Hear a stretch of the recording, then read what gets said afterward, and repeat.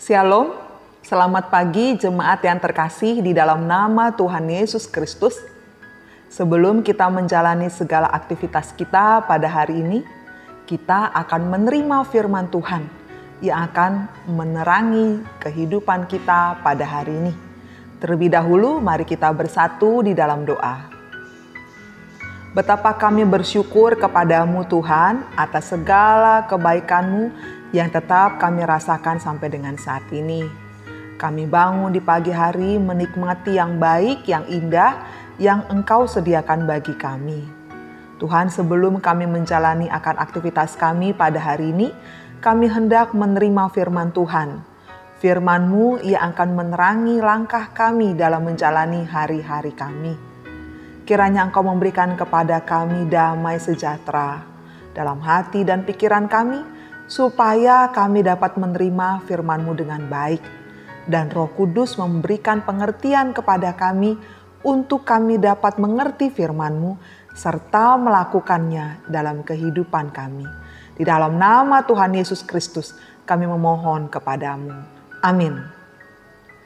Jemaat terkasih, dalam nama Tuhan Yesus Kristus, kita akan menerima firman Tuhan pada hari ini, yaitu hari Selasa, tanggal 7 Juni tahun 2022, terambil dari Daniel pasal 9 ayat 9. Daniel pasal 9 ayat 9, demikian firman Tuhan.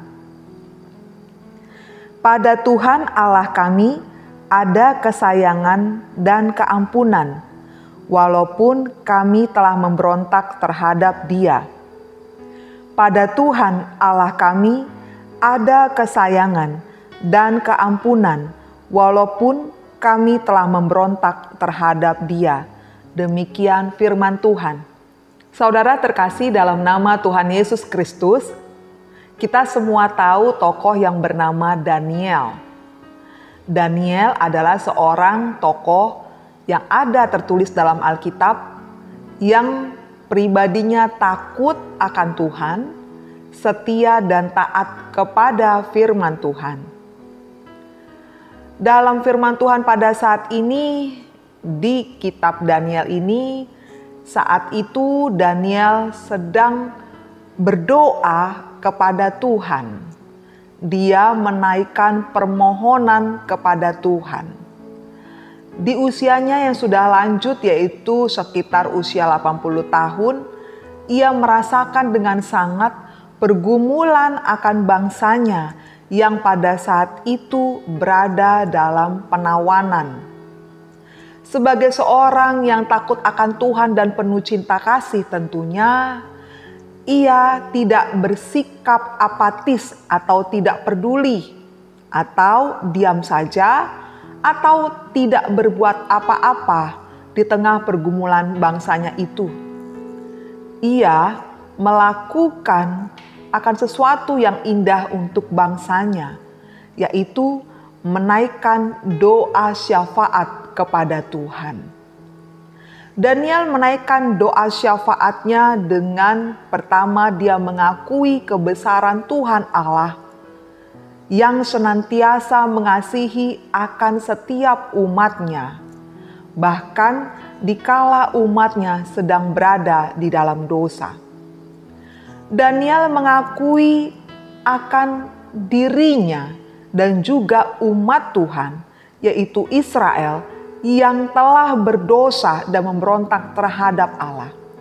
Sekalipun saat itu Daniel tidak melakukan dosa sama sekali, tetapi sebagai seorang yang penuh cinta kasih dan takut akan Allah, sebagai seorang yang benar, dia merasa bahwa dia juga adalah bagian dari umat Tuhan yang telah melakukan kesalahannya itu.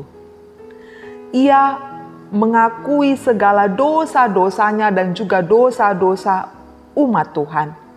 Ia mengidentifikasikan dirinya sebagai bagian dari bangsa yang telah bersalah kepada Tuhan. Daniel juga menaikkan permohonan kepada Tuhan, di mana hanya anugerah Tuhan sajalah yang dapat menyelamatkan umat Tuhan.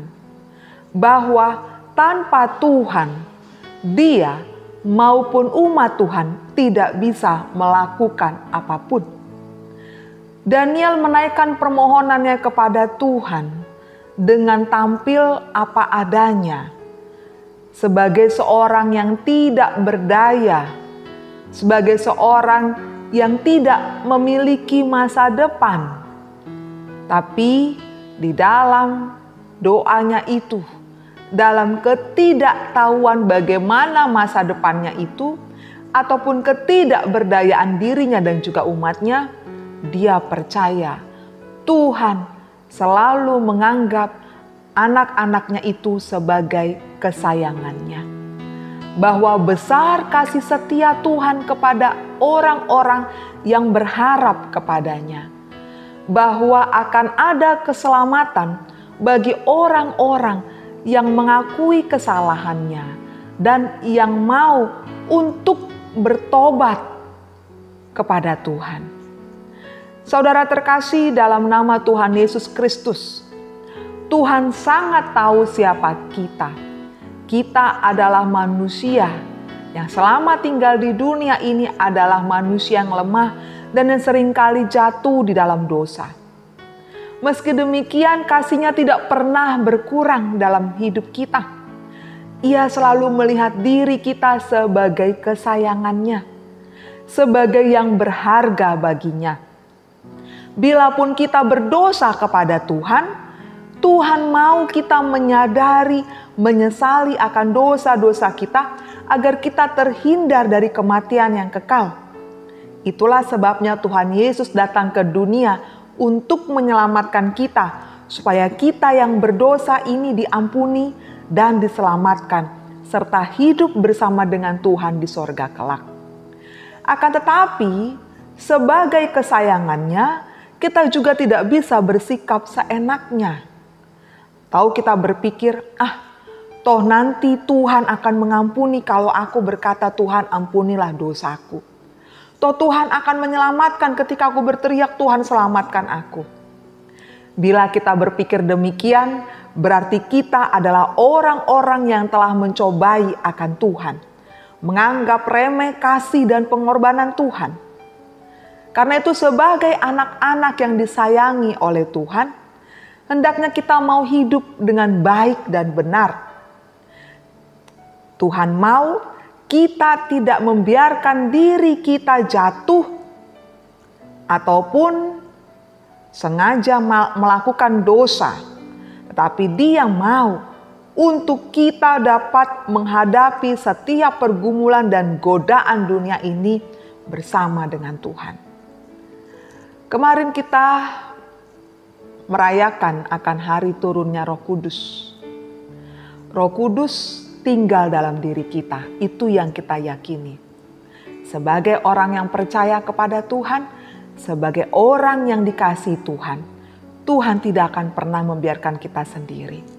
Tapi asalkan kita mau merespon akan dirinya, kita mau mendengar akan suaranya, kita mau melakukan firman Tuhan dan menghindari hal-hal yang mana kita tahu akan membuat kita berdosa. Tuhan mau supaya Roh Kudus yang tinggal dalam diri kita itu dapat senantiasa memperbarui kita. Supaya kita hidup dengan baik dan benar.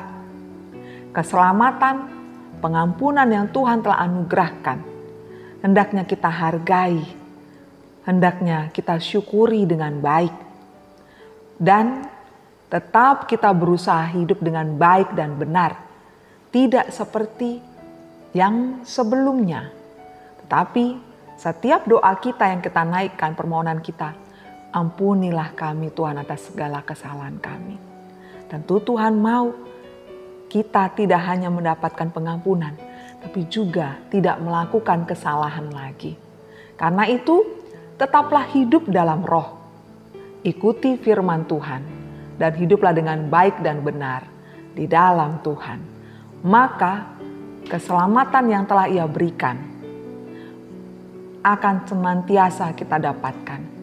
Karena kita selalu dianggap oleh-Nya sebagai anak-anak kesayangannya. Amin, mari kita berdoa.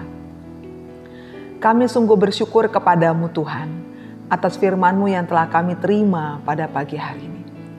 Terima kasih Engkau senantiasa melihat kami sebagai anak-anak kesayangan-Mu. Anak-anak yang begitu berharga bagimu Tuhan. Sehinggakah Engkau bukan hanya menyelamatkan kami, tapi Engkau juga memberikan kami kehidupan yang baik, bukan saja di dunia ini tapi juga di surga kelak. Karena itu ya Tuhan, kami menyerahkan diri kami kepadamu. Hanya kasih karunia-Mu sajalah, maka kami dapat diampuni dan diselamatkan. Kata Tuhan, biarlah kami dapat menghargai setiap pengampunan dan keselamatan yang telah Tuhan berikan kepada kami, dengan kami tetap hidup di dalam jalan-jalannya Tuhan, hidup di dalam roh kebenaran, agar keselamatan yang telah kami dapatkan dari-Mu, janji untuk hidup yang kekal bersama dengan Engkau, dapat kami pertahankan sampai kehidupan kami berakhir di dunia ini. Pimpinlah kami senantiasa di sepanjang hari ini Tuhan, kiranya kami melangkah dengan yakin dan pasti bahwa Tuhan bersama dengan kami di sepanjang hari ini. Terpujilah nama-Mu yang kudus, di dalam nama Tuhan Yesus Kristus kami berdoa kepadamu. Amin. Kasih karunia dari Tuhan Yesus Kristus dan kasih dari Allah Bapa dan persekutuan dari Roh Kudus kiranya menyertai saudara sekalian. Amin. Kiranya Tuhan senantiasa memberkati dan menyertai kehidupan kita, menuntun kita dalam jalan-jalan kebenar-Nya, sehingga kita senantiasa hidup di dalam roh kebenaran Tuhan. Tuhan memberkati, salam sehat.